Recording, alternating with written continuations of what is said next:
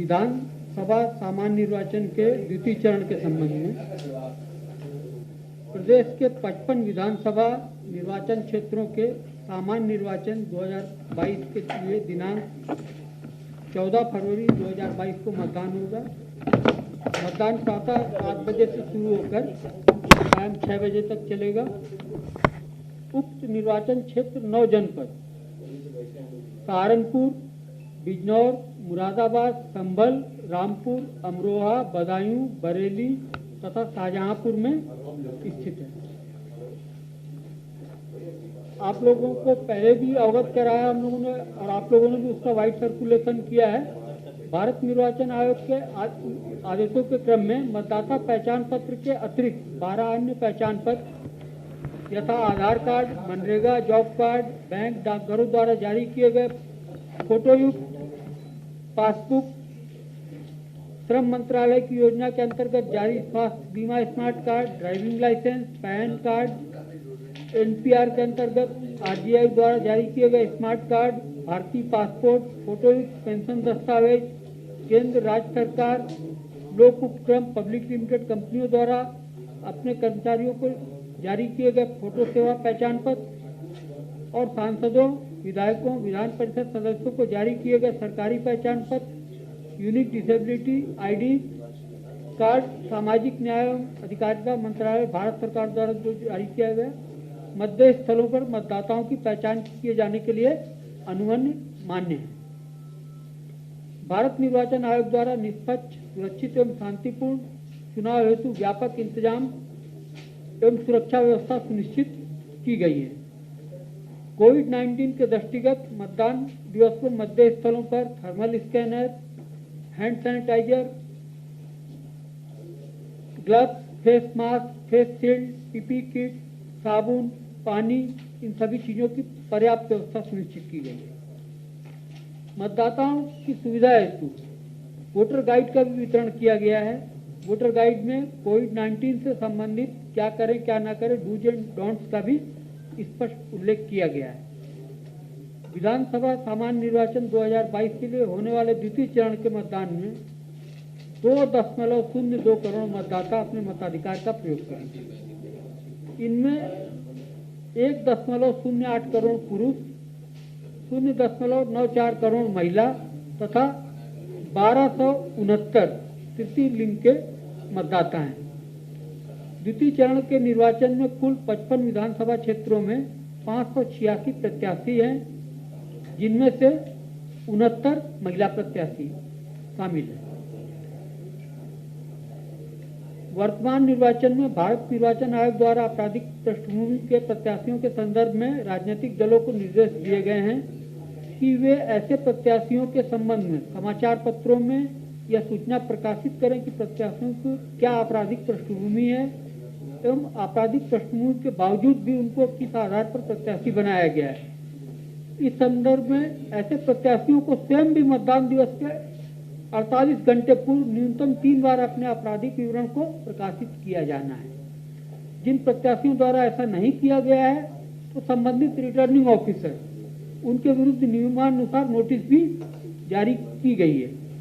आपराधिक पृष्ठभूमि का समस्त विवरण जन सामान्य के अवलोकन हेतु KYC ECI ऐप पर उपलब्ध है, जिसे किसी भी नागरिक द्वारा अपने फोन पर डाउनलोड करके देखा जा सकता है।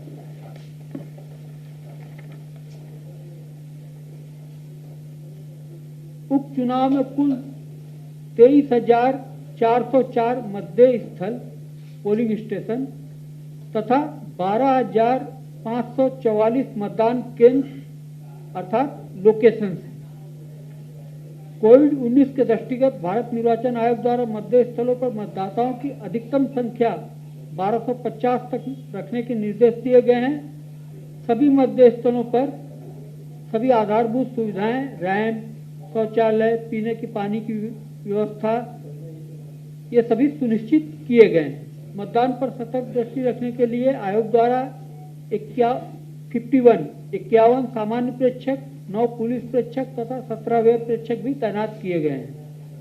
उक्त के अतिरिक्त 1793 sector magistrate, 220 zonal magistrate, 109 static magistrate तथा 2806 माइक्रो ऑब्जर्वर भी तैनात किए गए हैं। उपरोक्त के अतिरिक्त भारत निर्वाचन आयोग द्वारा राज्य स्तर पर भी एक वरिष्ठ सामान्य प्रेक्षक, एक वरिष्ठ पुलिस प्रेक्षक तथा 2 वरिष्ठ व्यय प्रेक्षक भी तैनात किए गए हैं, जो कि क्षेत्र में रहकर संपूर्ण निर्वाचन प्रक्रिया का पर्यवेक्षण करेंगे। निर्वाचन की घोषणा के दिनांक से प्रचार अवधि की समाप्ति के दिन तक द्वितीय चरण के 9 जनपदों में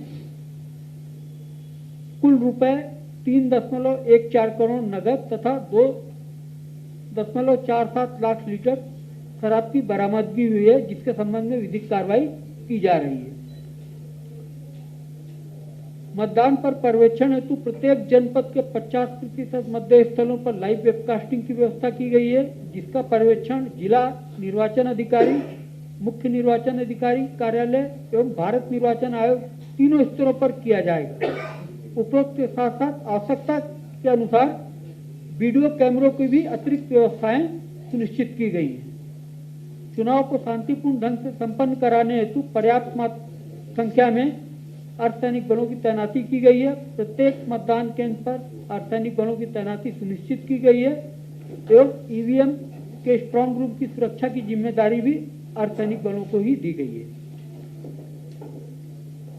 इस द्वितीय चरण में चुनाव प्रक्रिया को संपन्न कराने के लिए 5,591 भारी वाहन, 4,381 हल्के वाहन तथा 1,03,860 मतदान कार्मिक लगाए गए हैं।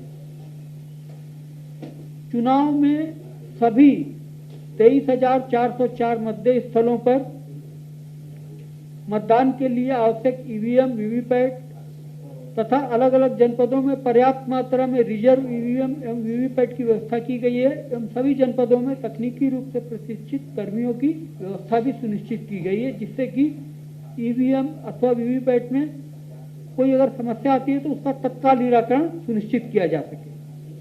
भारत निर्वाचन आयोग द्वारा जिला निर्वाचन अधिकारी के माध्यम से वोटर इन्फॉर्मेशन स्लिप सभी निर्वाचकों को वितरित कराई गई है, जिसके माध्यम से उन्हें अपना वर्तमान मतदेय स्थल एवं क्रम संख्या की जानकारी हो सकेगी। इसके अतिरिक्त मतदाता वोटर हेल्पलाइन ऐप भारत निर्वाचन आयोग की वेबसाइट के माध्यम से भी अपने मतदेय स्थल की जानकारी प्राप्त कर सकते हैं।